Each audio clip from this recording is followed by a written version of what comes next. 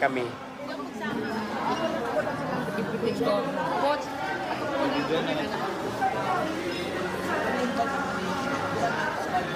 Ni Mayora. Oh. Sa akin. Uy, maraming salamat. Diyos ko. Nagtagpili si Ma'am Cristina na may-ari ng... may-ari ng Gaisano.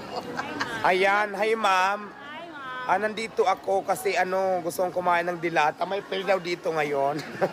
Hindi si Ma'am Christy, may-ari daw ng Gaisano. Sumit na natin. Hello Ma'am Christy.